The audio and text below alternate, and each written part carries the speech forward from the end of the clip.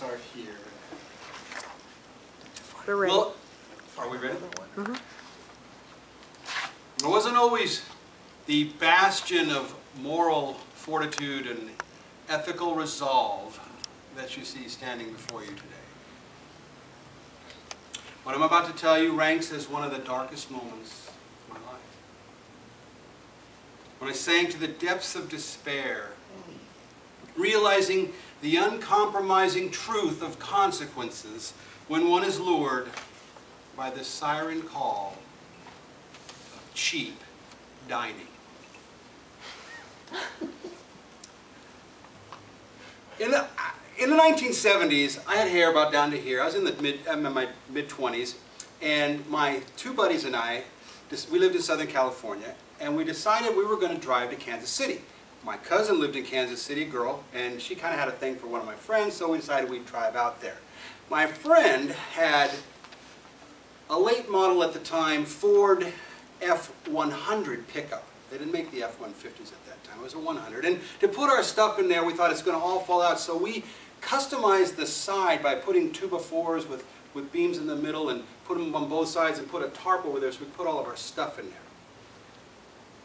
Well, so I say that because it was a unique looking vehicle. As we drove, first night we drove up the coast to San Francisco, and we stopped in San Francisco and had our dinner at a restaurant there. And when we got done, we walked up to the counter to pay, or the cash register to pay.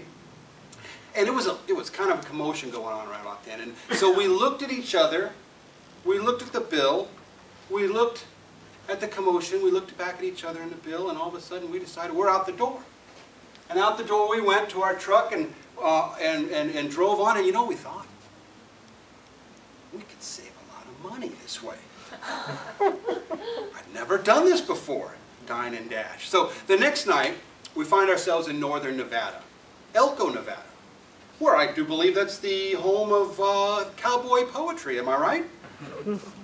Trying to save that with federal funds. So what we did was that now we're going to try our luck again, and we pull up to a restaurant, and it's a far cry from the madding crowd of San Francisco Haight-Ashbury district for us three long-haired hippie freaks. And as we open that door, you could hear crickets chirp as every cowboy-hatted, cowboy-booted person turned to look at what the cat drug in. So we backed away, said the vibes aren't right here, and we drive down to another restaurant and do the same kind of thing, and we realize the vibes aren't right. So you know what? We were just hungry, and so we pull up to a Colonel Sanders Kentucky Fried Chicken and buy chicken for our dinner. My two friends felt like they had to take something. And so on the way out, there's this open-air cooler that had, you know, the picnic salads in there, coleslaw, potato salad, stuff like that. So they both grabbed a pint of coleslaw, and out the door we went down the road. Now, I don't like coleslaw. I have never liked any of the picnic salads, your macaroni, your pasta, your potato, your coleslaw. I just never liked it. So I didn't take any.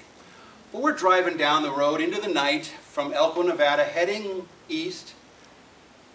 And I have to tell you at the time, now I'm not proud of this, but it was the 70s. And we did have with us certain mood-enhancing stimulus, shall we say, on our possession. And as we drove into the night, full and satiated from our meal and coleslaw sitting on the dashboard, we cut to the next town. Next town's about 20 miles down the road. It's Wells, Nevada. And we pull in, and we saw a cop sitting on the side of the road as we pulled in. So we all of a sudden go down the speed limit. Absolutely, we're going, and he comes right behind us. Now we're going the speed limit all the way across town. Wouldn't you know, when we get all the way through the town to the other side, he rolls the red lights and pulls us over. And I am not kidding you. He gets out of his vehicle with his gun drawn and says, "Get out with your hands up." Well, okay, so now we're in there, and I'm thinking, I'm sitting on the right-hand side, the passenger side, and I remembered the mood-enhancing stimulus that we had in our possession. And I thought, they're going to search, I know how it goes, they're going to search this vehicle. What am I going to do? So I had the bright idea to put them in my pocket. A little film canister. We're back in the day.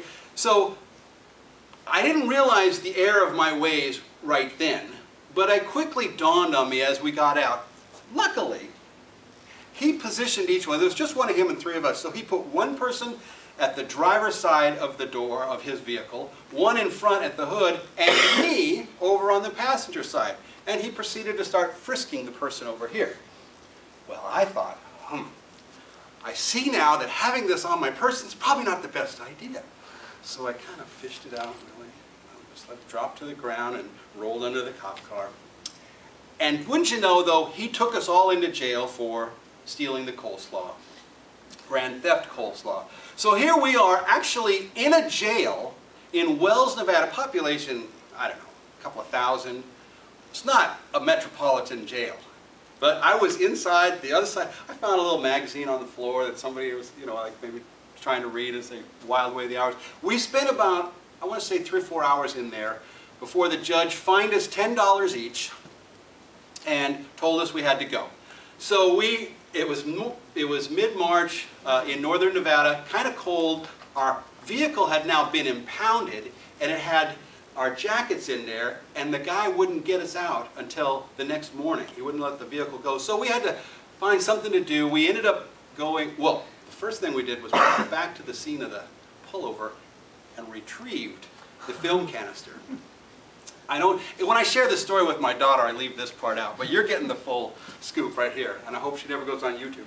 But anyway, we ended up staying all night in a hotel lobby drinking peach brandy to keep warm, and got out the next day. We had to pay $80 to get out. I think the funny part of the whole story is $30 to get us out and $80 to get our truck impounded out of impound, and that broke us, and we had to go back home. $110 and we're done. We were going to Kansas City and $110 breaks us. So I find that to be quite humorous. But there you go, the darkest moment of my life. Thank you very much.